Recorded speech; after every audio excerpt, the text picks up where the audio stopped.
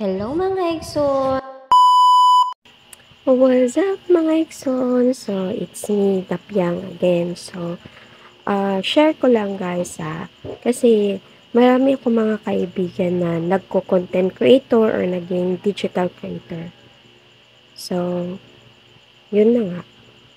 May nasabi or may na-share sa akin na ano raw, parang may narinig po siya na sinabi sa kanya ng di ko alam kung kaibigan niya or kapamilya niya na ganito, palagi na lang daw nagse-cellphone, napapabayaan na po raw ang mga anak at saka yung mga gawaing bahay. So, i-share ko lang po guys. Yung, yan po yung background ko. Ang pagiging content creator kasi guys or pagiging digital creator ay hindi po masama. At saka po, kaming mga ina na nasa bahay lang, naghahanap po kami ng mga maaaring pagkakakitaan, lalo na sa panahon ngayon na mahal na talaga lahat.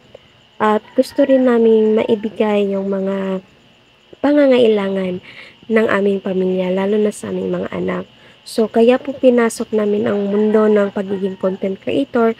Mahirap po siya. Bakit po mahirap? Akala po kasi ng iba na ang pagko-content creator or digital creator ay yun, magpo-post lang, yun, magkakapera na. Hindi po. Ang pagiging content creator po ay may tinatawag po kaming performance. So, yun po yung ginagawa namin. Kung nakikita nyo po yung background, yan po, pulang-pula na po yung dashboard ko. Kasi po, medyo napapabayaan ko na kahit na araw-araw naman ako nagpo-post.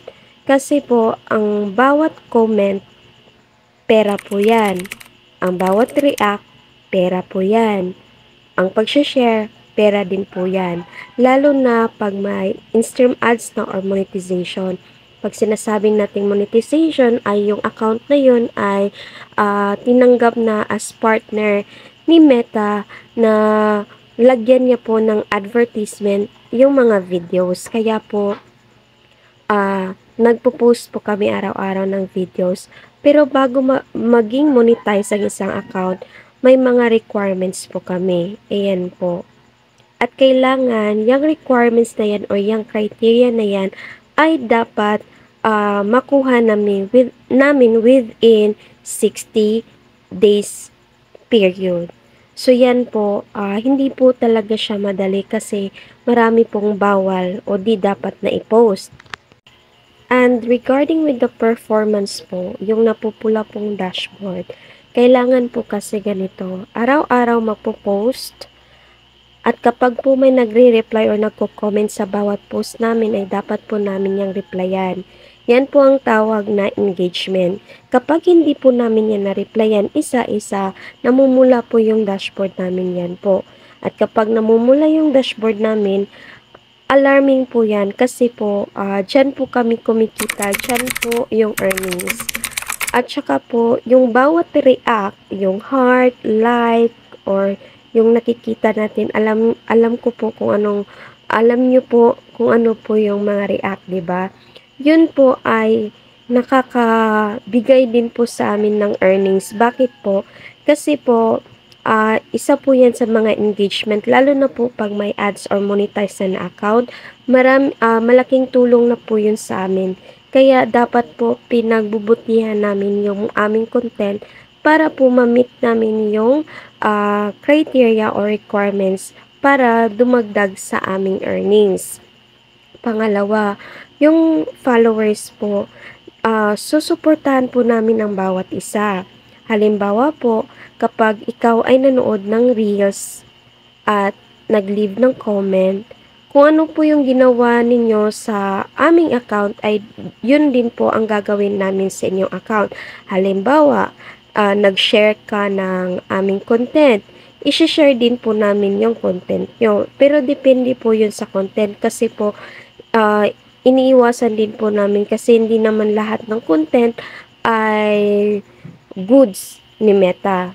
So, may iba po na may violations, copyright ba yan o basta marami pong bawal sa community guidelines, partnership guidelines, marami po dapat na sundin sa mundo ni Meta.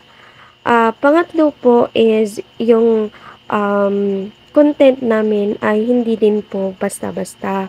So, yung pong nagsasabi na pagiging content creator madalian lamang at saka wala kaming earnings. Meron po kaming earnings, kaya lang po may mga quota. So, hindi po namin yun nawi-withdraw agad-agad. Katulad ko po, monetize po ako sa Stars. May earnings po ako sa Stars, pero hindi ko po yun binabahagi sa social media kasi hindi naman po kalakihan. At saka po, hindi ko po parang di ko lang din pong type na i-boost yung ano po, yung earnings ko sa Stars. So, yun lang po. At saka, in addition po, di po natin dapat na i-judge yung mga nag-content creator. Kasi po, it's a type of job, part-time job. Pag sinasabi natin part-time job, may earnings po na nakukuha. Pero syempre, pinagtatrabuhuan. Hindi naman po nagpo-post lang kami, may earnings agad. So, syempre po, dapat sikap, may tiyaga, at para may nilaga. Hindi po. What I mean is that, kung may nakikita naman tayong isang inay na nagsi-cellphone, wag naman po natin i-judge. Baka po nagpahinga or syempre po, pag nasa bahay lang, nakakapagod din naman po. So, yun na nga, hindi rin nakakapagpahinga kasi nga dot-dot ng cellphone. Kasi sa bawat pindot ng cellphone, sa bawat reply po namin, may earnings po kami dyan. Kasi po, nagtutulungan kami. Kapag nanonood kami ng reels sa iba, tutulungan din kami ng ibang content creator na panoorin yung reels namin or yung videos namin.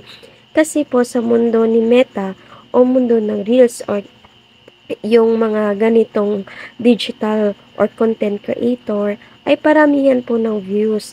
At saka yung views po na may ads or yung may in-stream ads, dun po kami nagkaka-earning. So, hindi naman po kami sikat. Kaya, dapat pinapanood namin yung ibang reels or ibang videos ng content creator para po i-invite po namin sila sa aming account na panoorin din po yung content namin. In that case, nagtutulungan po kami so nagkaka-earnings po ako, nagkaka-earnings din po yung iba. So, yun lang po, pag napapanood, dapat nagko-comment kasi po doon namin nalalaman na gusto niyang bisitahin namin yung account niya for engagement reason.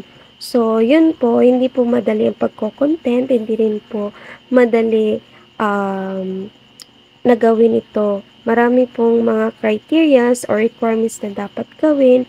At yun lang po, hindi man kalakihan gaya ng ibang content creator na yung mga big time content creator, pero dyan naman po sila nagsimula sa pagiging hindi naman sa maliit na content creator, but sa lahat po na nag-uumpisa, sa umpisa lang po talaga yung mahirap.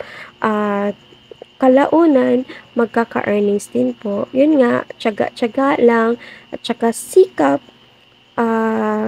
yun, maging ano din po, yung hard work sa paggagawa ng mga content. So, yun lang po. Maraming salamat. Thank you for watching, guys. I hope may natutunan kayo and enjoy your day. Bye for now.